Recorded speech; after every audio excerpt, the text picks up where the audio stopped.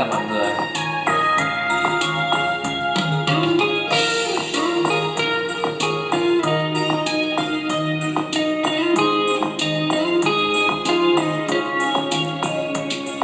Cô xa hai, cô xa phía, cô xa còn có bao tia của Lucia, nó xa đi cha cháu con.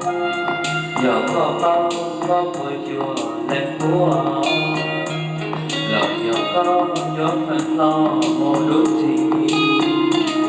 Cô xa hai, cô xa phía, cô xa còn có bao tia của Lucia, nó xa đi cha cháu con.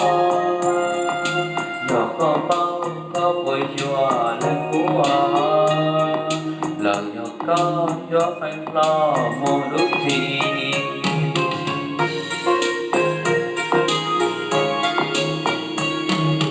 Nên chúng con chùa đi cha lời đưa đến trong gõ, nên chúng con đi có đi cha lời trong gõ.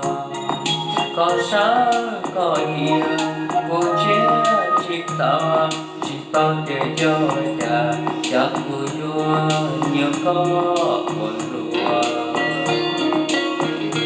Có mỗi tao mỗi từ tôi sự nó xia vừa nhiều có buồn lúc có buồn tao tia giờ cuộc thiên giờ cuộc có thể đi cha.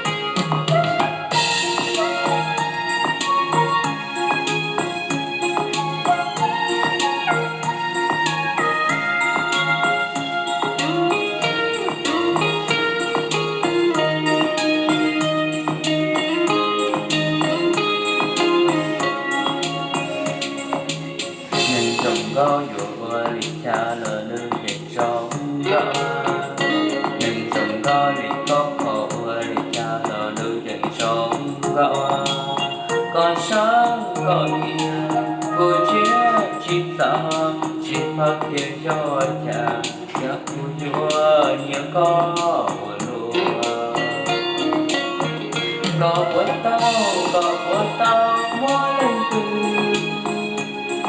tôi sự nó chia cô nhiều có cô lúc có một tao kia giờ cô kia lúc có tên cha. Cô xa hai cô xa phía cô xa còn có bao tia của Lucia nó xa đi cha cho con. Giờ có bao có buổi chùa lên búa, lời giờ có gió phanh lo một lúc gì. Phút xa hai phút xa phía phút xa có bao tia của Lucia nó xa đi cha cho con. Giờ có bao có buổi chùa lên búa.